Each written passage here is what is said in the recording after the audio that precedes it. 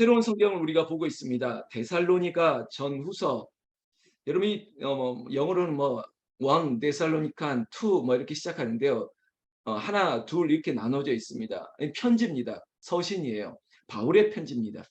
데살로니가라고 하는 것은 지명입니다. 사실은 뭐 알렉산드리아의 이복 동생의 이름을 따온 도시다. 여러분 당시에 마게도냐라고 하는 아주 유명한 도시의 수도 이름이 데살로니가입니다. 근데 이 도시에 회당 교회를 세우고 이 교회에서 사도 바울이 목회를 하다가 당시에 그 도시에 20만 이상 되는 많은 헬라인들 그리고 개종했던 유대인들뿐만 아니라 하여튼 많은 다민족들이 살고 있는 사이에 유대인들이 이 데살로니가를 교회를 개척하고 목회하는 사도 바울에게 탄압을 하기 시작한 거예요. 뭐 여러 가지 뭐 억측을 가지고 목회할 수 없을 정도로, 그리고 생명의 신변의 위협을 가하면서 어쩔 수 없이 사도 바울이 이 데살로니가 교회를 떠날 수밖에 없는 상황까지 놓여 있었다는 겁니다. 여러분, 목회자가 교회를 떠날 수밖에 없는 극한 상황을 맞이했기 때문에 사도 바울은 큰 내상, 상처를 입고 베레아라고 하는 도시로 떠나고 나중에 고린도 교회로 또 떠나는 이런 여정 가운데 데살로니가 교회는 마음에 큰 짐으로 남은 거예요.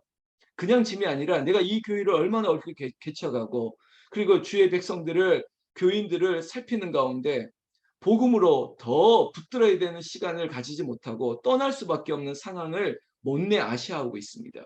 그래서 나를 대신해서, 사도 바울 입장에서 나를 대신해서 디모데를 보내고 디모데를 통해서 교회의 소식을, 성도들의 소식을 듣는 그런 소식들이 주고받는 가운데 그래도 남아있는 이 성도들에게 무슨 말씀을 전해줄까? 여러분, 사도 바울도 쫓겨날 정도였으니까 얼마나 교회 사정이 어려웠겠습니까? 그리고 목회자가 없는 그 현실이 어쩌면 종말과 같은, 마지막 때와 같은 어려운 일들이 있겠죠. 믿음을 지키려고 하는 사람들에게 얼마나 큰 핍박이 있겠습니까? 그럼에도 불구하고 신앙생활을 이어가고 있는 이들. 그래서 복음이라고 하는 내용뿐만 아니라 그들은 실천적인 삶에도 본이 될 수밖에 없었던 것입니다. 여러분, 어려운 가운데서도 그들이 남아서 꿋꿋하게 신앙생활을 하는 거예요. 그래서 우리가 잘 알고 있는 데살로니가전서 5장에 보면 우리가 잘 아는 암송하는 구절이 있지 않습니까? 항상 기뻐하라, 쉬지 말고 기도하라, 범사에 감사하라. 이런 말씀이 실천적인 말씀을 할 수 있는 것이, 그래, 그런 가운데서도 기쁨을 잃지 마. 기도 늘 끊이지 말고 해야 돼. 감사를 잃지 말자. 서로 독려하고, 사도 바울도 그들에게 이 믿음이 그리스도인의 삶이야. 머리로 아는 것이 아니라 그렇게 삶으로 버텨내야 돼. 이렇게 권면하고 그리고 기도해 주는 그런 이야기가 데살로니가전서의 전반적인 흐름이라는 것입니다. 오늘 시작하지만 이 전체적인 개론은 여러분들 우리가 틈틈이 이야기하고요. 오늘 1장의 내용을 가지고 은혜 받고 우리가 적용하고 기도하겠습니다. 자, 1장 1절에 바울이 데살로니가 교회에 편지하고 있다고 얘기하고 있습니다. 여러분, 데살로니가인의 교회라고 표현하는데요. 결국은 교회가 성도고 성도가 교회인 것입니다. 바울이 교회를 향한 편지는 결국은 성도들의 편지죠. 그런데 오늘 인사말이긴 하지만은 여러분 1장 1절의 후반절 구절이 우리에게 새겨지는 의미가 있습니다. 은혜와 평강이 너희에게 있을지어다 라고 얘기하고 있습니다. 여러분, 교인들에게 목회자의 심정은 은혜와 평강이 너희에게 있을지어다. 여러분, 저희 기도에 7할, 8할 이상일 겁니다. 아니면 전부가 될 수 있는 기도의 분량도 교회를 위한 것입니다. 교회 말고 제가 기도할 게 뭐가 있겠습니까? 교회가 책임져 주고 교회에 대한 성도들을 위해서 기도할 수밖에 없는 인생인데, 은혜와 평강이 너희에게 있을지어다. 하나님, 그들의 삶에 샬롬을 주시옵소서. 그들의 삶에 알 수 없는 신비한 은혜를 더하여 주시옵소서. 이렇게 기도하는 거예요. 그런데 이 기도에 확신이 드는 게 뭔지 아십니까? 저의 기도 때문이 아니라 저와 여러분들이 공통 분모가 있는데 1절에 전반부에 이렇게 얘기하고 있습니다. 하나님 아버지와 주 예수 그리스도 안에 있는, 이겁니다. In Christ, 주 안에 있는 나에게 딴 근심 없다는 것입니다. 제가 무슨 다른 비법이 있는 것도 아닙니다. 여러분들에게도 뭐 없는 게 아니고 여러분들에게도 소유된 것입니다. 원리, 이유가 뭐냐? 주 안에 있는 나에게 딴 근심이 있으랴, 이거예요. 그래, 나도 쫓겨나고 어려운 핍박을 당하고 그래도 예수 안에 있지 않니? 그래, 우리에게 어떤 일이 있더라도 우리는 주 안에 있잖아. 주 안에 있으면요, 이걸 논리적으로 하면 주 안에 있는 나에게는 은혜와 평강이 있다는 것입니다. 여러분, 지금 무슨 일을 당하고 우리가 무슨 일을 당하든지 어떤 일을 겪든지 간에 주 예수 안에 있다. 내 안에 예수가 있다. 그로 말미암아 은혜와 평강을 하나님께서 주실 줄로 믿는다. 이게 신앙이에요. 그리스도인의 라이프 스타일이 뭐냐? 데살로니가전서 5장에 말하겠지만 항상 기뻐하라, 쉬지 말고 기도하라, 범사에 감사해라. 어떻게 이렇게 할 수 있느냐? 주 안에 있기 때문에 이거예요. 주 안에 없으면 감사도 기쁨도 기도도 없습니다. 주 안에 없으면요, 마치 롤러코스터를 타는 거예요. 어쩔 때는 기쁘고 어쩔 때는 안 기쁘고 어쩔 때는 감사하고 어쩔 때는 안 감사하고 어쩔 때는 기도가 되고 어쩔 때는 안 되고. 여러분, 주 안에 있는데 이게 뭐 이렇게 왔다 갔다 할 수 없는 거죠. 주 안에 있기 때문에 우리는 한결같은 것입니다. 자, 2절 보십시오. 우리가 너희 모두로 말미암아 항상 하나님께 감사하며 기도할 때 너희를 기억함은 좀 떠나 있다는 느낌이 들지 않습니까? 항상 이렇게 몸은 떠나 있지만 너희를 늘 기억한다는 것입니다. 그런데 어떤 게 기억에 남냐? 저도 어떤 장로님을 보고 어떤 권사님, 집사님, 성도님을 보면서 느끼는 게 뭐냐면 결국은 세 가지 핵심의 키워드를 얘기합니다. 믿음, 소망, 사랑일 겁니다. 그건 삶을 통해서 느껴지고 보았던 것이에요. 보고 믿는다? 그들의 삶을 보았던 것이에요. 그들의 믿음을 보았던 거예요. 소망 가운데 천국을 바라보는 것을 보았던 거예요. 모든 것, 사랑을 본 거예요. 3절 말씀에 보면 무엇이 기억나냐면 보십시오. 교인들입니다. 너희의 믿음, 먼저 믿음을 얘기하고 있습니다. 그런데 열매와 연결됩니다. 이 꼴 해야 돼요. 믿음의 역사, 문장을 외우시면 됩니다. 믿음의 역사. 우리는 믿음으로 이 반석 위에 세우는, 마치 건축을 하는 것처럼 역사, 일을 하는 거예요. 하나님 믿음으로 쌓고 쌓고 쌓는 거예요. 그래, 너희가 이 헬라인들의 핍박과 그리고 유대인들의 탄압이 있음에도 불구하고 우리가 교회를 지켜나갔지. 그래, 어려운 가운데도 너희들이 이렇게 하고 있지. 내가 지금 쫓겨나 있어도, 내가 너희와 함께 하지 못해도 너희의 믿음은 계속 쌓아가고 있는 거야. 믿음의 역사. 두 번째가 뭡니까? 사랑의 수고예요. 여러분, 믿음 그리고 사랑 나왔습니다. 사랑은 여러분 애쓰는 것입니다. 사랑은 움직이는 거예요. 여러분, 사랑은 말뿐만 아니라 사랑은 삶으로 보여주는 거예요. 그리고 사랑은 희생하는 거죠. 사랑은 내가 먼저 움직이는 겁니다. 사랑의 수고. 세 번째, 여러분 마지막 남은 하나 있지 않습니까? 믿음, 사랑 했으니까 하나 있죠. 소망이죠, 소망.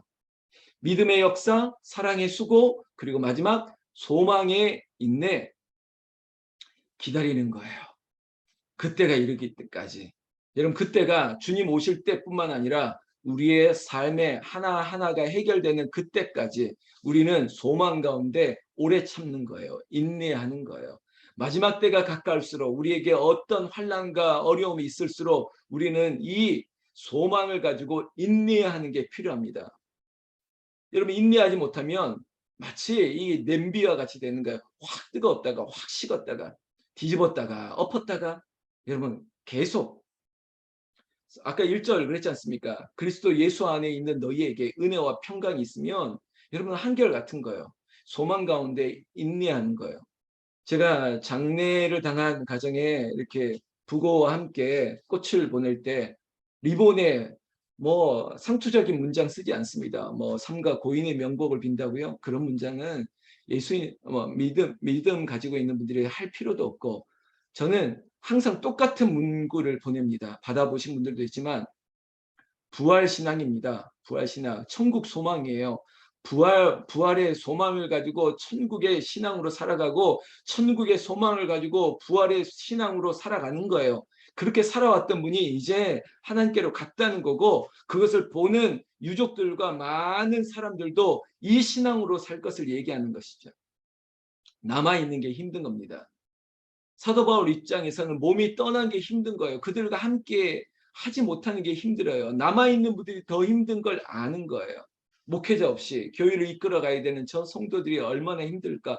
그럼에도 불구하고 소망을 가지고 인내하고 있습니다. 사랑의 수고가 있습니다. 그리고 믿음의 역사를 이어가고 있는 저 데살로니가 교회 성도들을 향해서 끊임없이 기도하고 있는 사도 바울의 마음을 읽을 수 있는 것이죠. 4절에 하나님의 사랑하심을 받은 형제들아 너희를 택하심을 아노라. 여러분 하나님이 나를 택했다. 여러분 육이 버리지 아니하고 나를 선택했다. 이게 우리에게 있어서 큰 은혜입니다. 내가 버림받은 백성이 아니라 하나님이 택하신 족속이 되었다는 것입니다. 그냥 택하신 것이 아니라 나를 자녀 삼으시고 그리고 나에게 상속자의 은혜, 권세, 능력을 더해 주셨습니다. 유산을 다 주신 거예요. 하나님이 왕 대신 하나님이 왕이시면 우리가 그 왕위를 이어받을 수 있는 권세까지 주셨습니다. 이게 놀라운 거죠. 이게 그냥 된 거예요. 그냥 믿음으로 말미암아 된 것이 우리의 공로가 아니었다는 것이죠. 그래서 사도 바울이 권면하는 거예요. 너희가 택하심을 받았어. 우리가 그래도 택하심 가운데 있어. 우리가 이겨내자. 서로 격려하고 있습니다. 여러분 데살로니가 전서는 당시가 말세인 것처럼 종말인 것처럼 마지막 때인 것처럼 그런 느낌이 다가옵니다. 초대교회도 그랬고 지금도 그렇고 우리는 항상 말세야 말세야 하는 것입니다. 그렇기 때문에 마지막 때를 이때다 말할 수 없는 거예요. 여러분 2000년 전이 지난 그때도 말세였는데 지금도 말세라면 도대체 마지막이 언제일 겁니까? 아무도 몰라요. 우리의 심적으로 마지막인 것처럼 살아가고 있는 이때 뭐가 오겠습니까? 환난과 핍박이 오죠. 6절에도 너희는 많은 환난 가운데서 성령의 기쁨으로 말씀을 받아 우리와 주를 본받은 자가 되었으니 여러분 어떤 어려움이 있어도 우리가 성령이 우리 가운데 보혜사가 되어서 도와주시고 붙들어 주시고 주 안에 있음으로 말미암아 주를 본받는 자 내가 주인이 아니라 주님이 주인이 된 이런 삶이 있기 때문에 어떤 환난과 핍박이 와도 이겨낼 수 있었던 것입니다. 그리고 그것은 이어지는 현재 진행형이 되고 미래의 소망도 이것으로 말미암아 믿음으로 말미암아 이겨낼 것을 권면하고 있는 것입니다. 그래서 7절에 너희가 마게도냐와 아가야에 있는 모든 믿는 자의 본이 되었느니라.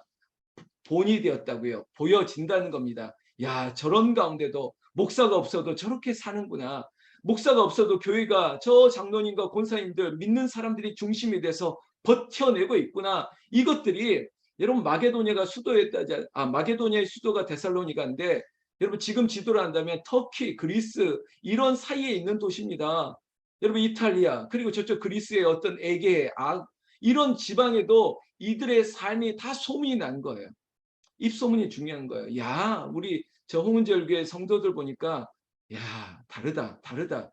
야, 저쪽 담임 목사 보니까 다르다. 보여지는 거예요. 그들의 믿음의 수고, 인내 다 보는 거예요. 사랑을 다 보는 거예요. 이것이 각처에 퍼졌습니다. 8절 마게도냐, 아가야 소문이 너희 믿음의 소문이 각처에 퍼졌대요. 여러분 믿음의 소문입니다. 이걸 소문 내려고 하는 게 아니라 소문이 난 거예요. 우리는 아무 말도 할 것이 없노라. 말할 필요도 없습니다. 살아가는 게 보여지는 거예요. 말이 아니라 보여지는 겁니다. 여러분들의 믿음이 우리의 믿음이 보이는 믿음이 될 것이라는 거죠. 우리 교회 보면 압니다. 새 가족들이 오거나 누가 오면 우리 교회를 보더라고요. 그럼 보면 확신이 있으면 오는 거죠. 사랑하는 성도 여러분 오늘 9절 10절 말씀 마지막 절이 결국은 힌트를 주는 것입니다. 우리에 대해서 여러한 평가들이 있습니다. 그리고 심지어 마지막 때는 외부적인 핍박만 아니라 우리 안에 있는 어떤 우상과 그리고 어떤 유혹들이 있습니다. 그럼에도 불구하고 우리를 향해서 교회를 향해서 우상을 버리고 참되신 하나님만을 섬기고 그리고 장래에 다가오실 우리를 건지시는 예수 구원하신 분이 심판하시는 거예요. 하나님은 구원자, 심판자가 되시지 그 어떤 것도 구원하심과 심판하심, 결국은 건지심 이 모든 것들은 하나님의 권위 아래에 있기 때문에 하나님만이 진짜예요. 당시 데살로니가 교회를 유혹하는 외적인 핍박만 아니라 그리고 영적인 유혹들이 많았습니다. 가짜, 그러니까 그리스도에 대한 재림에 대한 그리고 부활에 대한 거짓 증인들이 많았어요. 지금 용어를 한다면 사이비들이 많았습니다. 그리고 종말론 아주 임박한 종말론 같은 가짜들이 참 많았습니다. 왜? 여러분 대개 삶이 힘들 때, 어려울 때 가짜들이 다가오는 거예요. 유혹하는 거예요. 이 죄 많은 이 세상에서 살 필요 없으니까 저 천국만을 바라보자라고 하는 그런 가짜들이 등장하는 거죠. 데살로니가에도 그런 일이 있었습니다. 그래서 권면하는 거예요. 믿음의 수고, 믿음의 역사, 그리고 사랑의 수고, 그리고 너희가 소망 가운데 인내하면서 그리스도 예수 안에 있는 이 믿음을 잃지 말라는 것입니다. 여러분, 상황이 아무리 뭐래도 그리스도에 있는 예수 안에 있는 나를 어찌할 수 없습니다. 여러분, 아시겠죠? 지금 지금 당하고 있는 것 때문에 제가 가끔 쓰는 말, 쫄지 맙시다. 이거 아무것도 아닙니다. 주 안에 있는 내가 반석 위에 든든히 서게 될 줄로 믿습니다. 그런 역사로 오늘의 하루를 주님 앞에 온전히 드리고 기뻐하면서 오히려 나의 삶을 보고 누군가가 주를 본받는 역사, 예수를 알게 되는 그런 역전한 역사가 있기를 나는 우리 주 예수님의 이름으로 축원합니다.